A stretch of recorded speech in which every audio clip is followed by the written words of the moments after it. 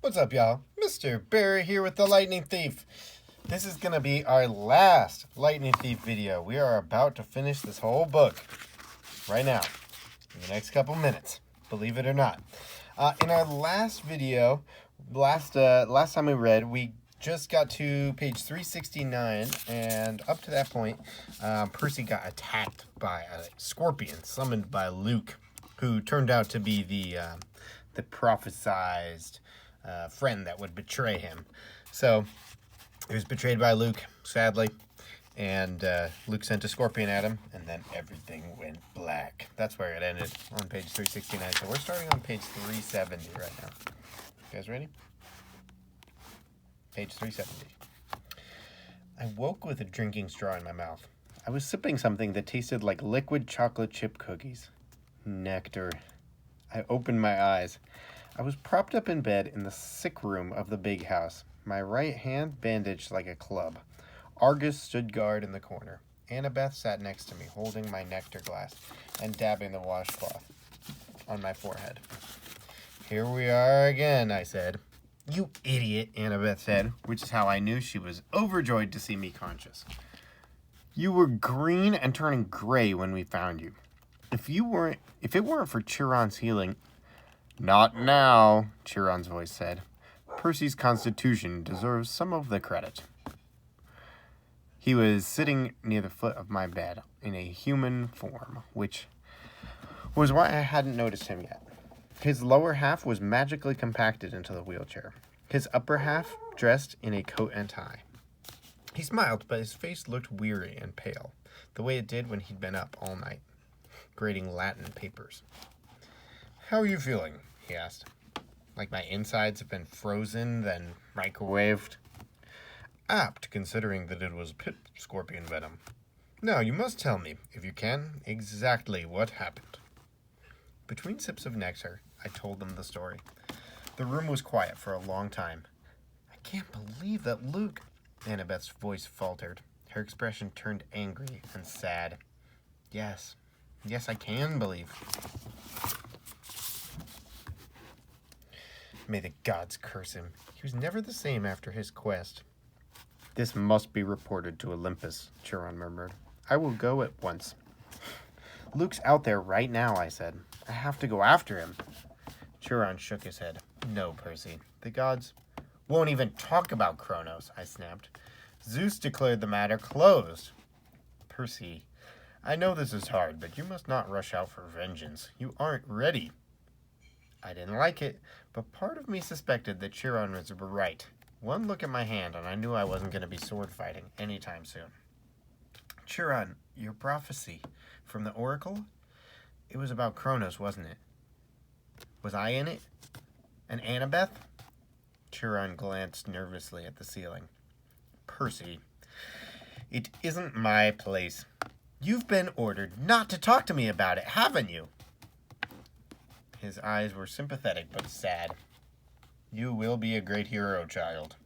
I will do my best to prepare you, but if I'm right about the path ahead of you... Thunder boomed overhead, rattling the windows. All right, Chiron shouted. Fine. He sighed in frustration. The gods have their reasons, Percy. Knowing too much of your fortune is never a good thing. We can't just sit back and do nothing, I said. We will not sit back, Chiron promised. But you must be careful. Kronos wants you to come unraveled. He wants your life disrupted and your thoughts clouded with fear and anger. Do not give him what he wants. Train patiently. Your time will come. Assuming I live that long. Chiron put his hand on my ankle. You'll have to trust me, Percy. You will live. But first you must decide your path for the coming year. I cannot tell you the right choice. I got the feeling he had a very definite opinion, and it was going to take all his willpower not to advise me.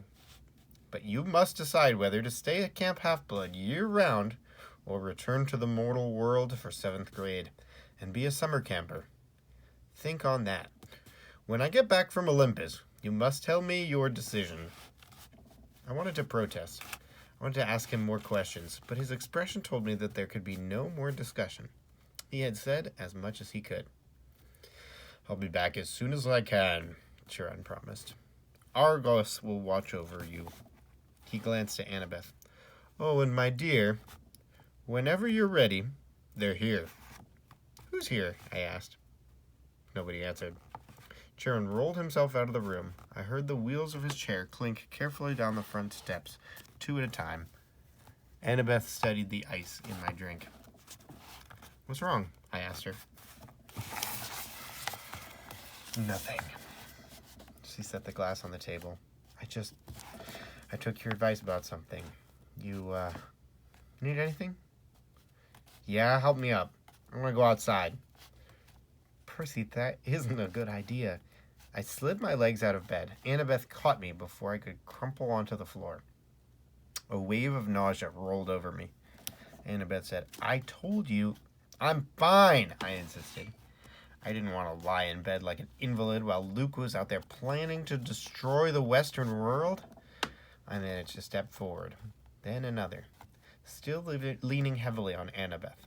Argus followed us outside, but he kept his distance. By the time we reached the porch, my face was beaded with sweat. My stomach had twisted into knots, but I had managed to make it all the way to the railing. It was dusk. The camp looked completely deserted. The cabins were dark and the volleyball pit silent. No canoes cut the surface of the lake, but beyond the woods, the strawberry fields, the Long Island Sound glimmered in the last light of the sun. What are you going to do? Annabeth asked me. I don't know.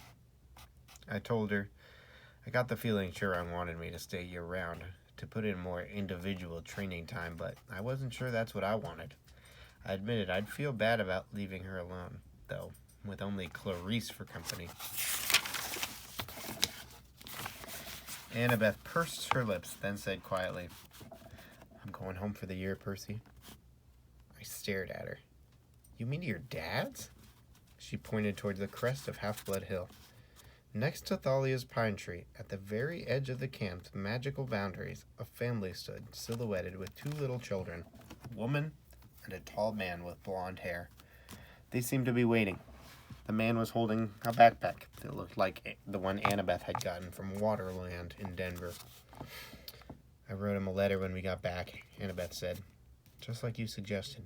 I told him I was sorry. I'd come home for the school year if he still wanted me. He wrote back immediately. We decided we'd give it another try. That took guts. She pursed her lips. You won't try anything stupid during the school year, will you? At least not without sending me an iris message. I managed to smile. I won't go looking for trouble. I usually don't have to. When I get back next summer, she said, we'll hunt down Luke. We'll ask for a quest, but if we don't get approval, we'll sneak off and do it anyway. Agreed? Sounds like a plan worthy of Athena. She held out her hand. I shook it. Take care, seaweed brain, Annabeth told me. Keep your eyes open. You too, wise girl. I watched her walk up the hill and join her family. She gave her father an awkward hug and looked back at the valley one last time. She touched Thalia's pine tree, then allowed herself to be led over the crest and into the mortal world. For the first time at camp, I felt truly alone. I'd looked out at Long Island Sound, and I remembered my father saying, "The sea does not like to be restrained." I made my decision. I wondered, if Poseidon were watching, would he approve of my choice? I'll be back next summer, I promised him. I'll survive until then. After all, I am your son. I asked Argus to take me down to cabin 3 so I could pack my bags for home. The end. That's the end of the book. Thank you guys for sticking around, watching all these videos. It's been really fun making them, and hope you guys have enjoyed them. Hope you've enjoyed the book too.